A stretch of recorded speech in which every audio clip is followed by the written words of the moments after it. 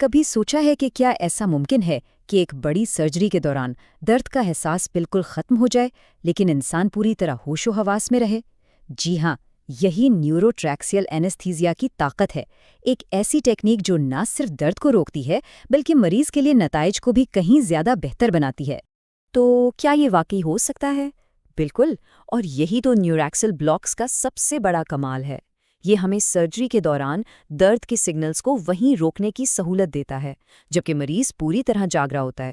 اس طرح general anaesthesia کے جو خطرات اور سائیڈ ایفیکٹس ہیں ان سے بھی بچا جا سکتا ہے۔ لیکن فائدے صرف ہوش میں رہنے تک ہی نہیں ہیں۔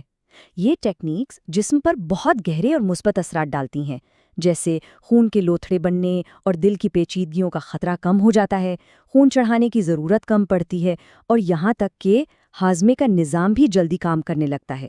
یعنی مریض کی ریکوری کے لیے یہ ایک طرح سے گیم چینجر ہے۔ آج کے اس تجزیے میں ہم 6 اہم حصوں پر بات کریں گے۔ شروعات کریں گے اناٹمی سے، پھر اس کے پیچھے کی سائنس کو سمجھیں گے، اسپائنل اور ایپیڈیورل ٹیکنیکس کا موازنہ کریں گے، مریض سے متعلق باتوں پر غور کریں گے، خطرات اور ان کے حل کو دیکھیں گے، اور آخر میں پوری تصویر کو ایک ساتھ جوڑ کر دیکھیں گے۔ چلیں تو پھر شروع کرتے ہیں۔ پہلا حصہ، بلاک کی اناٹمی۔ یہ سمجھنا کہ ہم جسم کے کس حصے میں کام کر رہے ہیں اور وہ کیوں اہم ہے، ایک محفوظ اور مؤثر پریکٹس کے لیے سب سے ضروری ہے۔ اور سب سے پہلی اور سب سے اہم بات سیفٹی کی۔ یہ ایک بنیادی اناٹومیکل حقیقت ہے کہ بالغوں میں اسپائنل کارڈ L1 ورٹیبرا کی سطح پر ختم ہو جاتی ہے اور بچوں میں L3 پر۔ یہی وہ وجہ ہے کہ سوئی ہمیشہ ان لیول سے نیچے ڈالی جاتی ہے تاکہ اسپائنل کارڈ کو کسی بھی قسم کے نقصان سے بچایا جا سکے۔ تو سوال یہ ہے کہ ڈاکٹروں کو کیسے پتہ چلتا ہے کہ سوئی ٹھیک کہاں لگانی ہے؟ اس کے لیے وہ جسم پر موجود کچھ خاص نشانات کو ایک نقشے کی طرح استعمال کرتے ہیں، جیسے کندھے کی ہڈی کا جو نچلا کونا ہے وہ T7 کی طرف اشارہ کرتا ہے، جبکہ کولہے کی ہڈیوں کے سب سے اونچے حصے جنہیں ٹوفیر لائن کہتے ہیں وہ سیدھا L4 تک لے جاتے ہیں۔ یہ نشانات بالکل صحیح جگہ کا تعین کرنے میں مدد دیتے ہیں۔ آئیے ذرا سوئی کے اس سفر کو تصور میں لاتے ہیں۔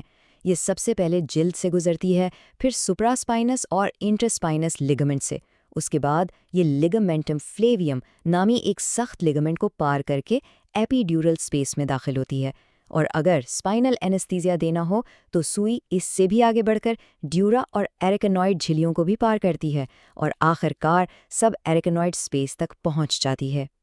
اچھا، تو اب ہم یہ تو جان گئے ہیں کہ کہاں، اب بات کرتے ہیں کیسے کی، یعنی بلاکیٹ کے پیچھے کی سائنس کیا ہے۔ یہ صرف دوا انجیکٹ کرنے کا نام نہیں ہے، بلکہ یہ سمجھنا ضروری ہے کہ وہ دوا جسم پر آخر اثر کیسے کرتی ہے۔ یہاں ایک بہت دلچسپ کانسیپٹ آتا ہے، ڈیفرینشیل بلاکیٹ۔ اسے یوں سمجھیں کہ سارے اعصابی ریشے یعنی نرو فائبرز ایک ہی دوا پر ایک جیسا رد عمل نہیں دیتے۔ کچھ فائبرز جیسے وہ جو درجہ حرارت اور درد کے سگنل لے کر جاتے ہیں وہ زیادہ حساس ہوتے ہیں اور سب سے پہلے بلاک ہو جاتے ہیں، جبکہ موٹے فائبرز جو پٹھوں کو کنٹرول کرتے ہیں وہ آخر میں بلاک ہوتے ہیں۔ یہ ایک طرح کا ترتیب وار شٹ ڈاؤن ہے۔ یہ سلائیڈ ڈیفرینشیل بلاکیٹ کو بہت اچھے سے دکھاتی ہے۔ دیکھیں، سب سے پہلے اور سب سے اونچے لیول پر سمپیتھیٹک بلاک ہوتا ہے جو خون کی نالیوں اور درجہ حرارت کو کنٹرول کرتا ہے، مثال کے طور پر T4 تک۔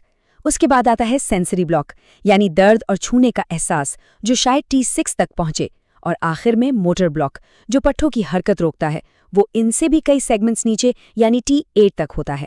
اس ڈیفرینشیل بلاکیٹ کے جسم پر بہت اہم اثرات ہوتے ہیں۔ سمپیتھیٹک بلاک کی وجہ سے خون کی نالیاں پھیل جاتی ہیں جس سے بلڈ پریشر کم ہو سکتا ہے یعنی ہائپوٹینشن۔ اگر بلاک T1 سے T4 کے لیول تک پہنچ جائے تو یہ دل کی دھڑکن کو بھی سست کر سکتا ہے۔ اسی لیے اینستھیزیولوجسٹ ان تبدیلیوں کو بہت احتیاط سے مانیٹر اور مینیج کرتے ہیں۔ ساتھ ہی اس کا ایک فائدہ یہ بھی ہے کہ جسم کا سٹریس رسپانس کم ہو جاتا ہے۔ اب ہم نیوروریکسیل اینستھیزیا کی 2 سب سے اہم ٹیکنیکس کا موازنہ کریں گے، اسپائنل اور ایپیڈیورل۔ یوں سمجھیں کہ منزل ایک ہی ہے لیکن وہاں تک پہنچنے کے راستے اور ان کی خصوصیات بالکل مختلف ہیں۔ ایک نظر میں دیکھیں تو اسپائنل اینستھیزیا بہت تیز ہے، 2 سے 5 منٹ میں اپنا اثر دکھانا شروع کر دیتا ہے اور ایک بہت گہرا اور قابل اعتماد بلاک دیتا ہے۔ دوسری طرف ایپیڈیورل کا اثر 10 سے 20 منٹ میں شروع ہوتا ہے اور یہ اتنا گہرا نہیں ہوتا۔